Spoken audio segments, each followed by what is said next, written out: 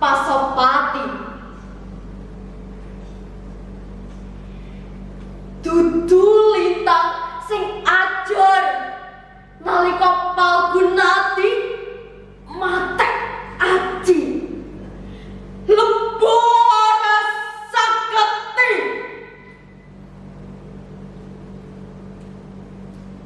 lintang lan rembulan tetep menteong gandulan langit.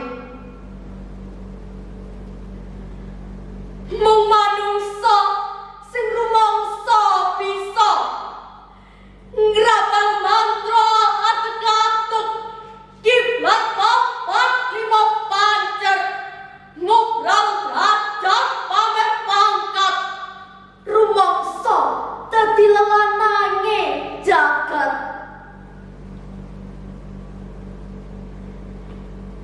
Dudu rembulan sing sigar kena jempare nalika permati dolanan Pasopati mongko nang kinungkup kabar jomplang.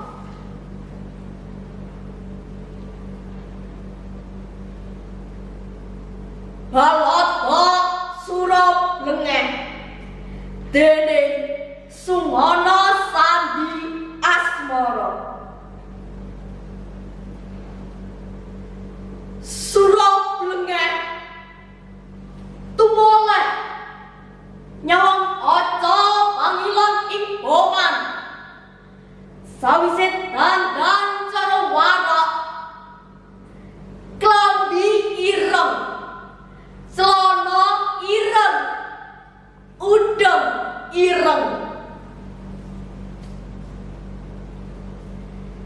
nuli jumangka golek swara gamelan mungkong ing tengah alun-alun rumesuk balong sungsong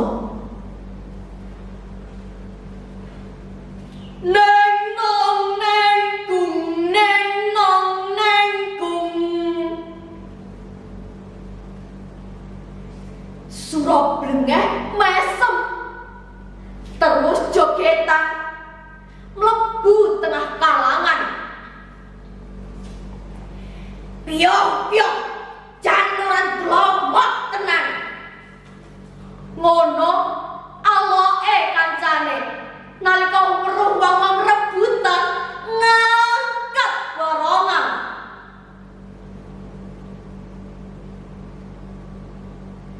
surap blengeh mubeng kalangan ngitung tontonan sing pamer kabisan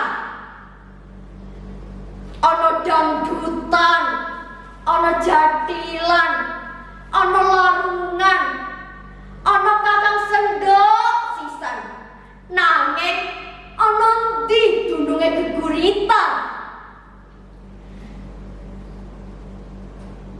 takono geranganmu sing ongkang-ongkang ing paseban kae aloke kancane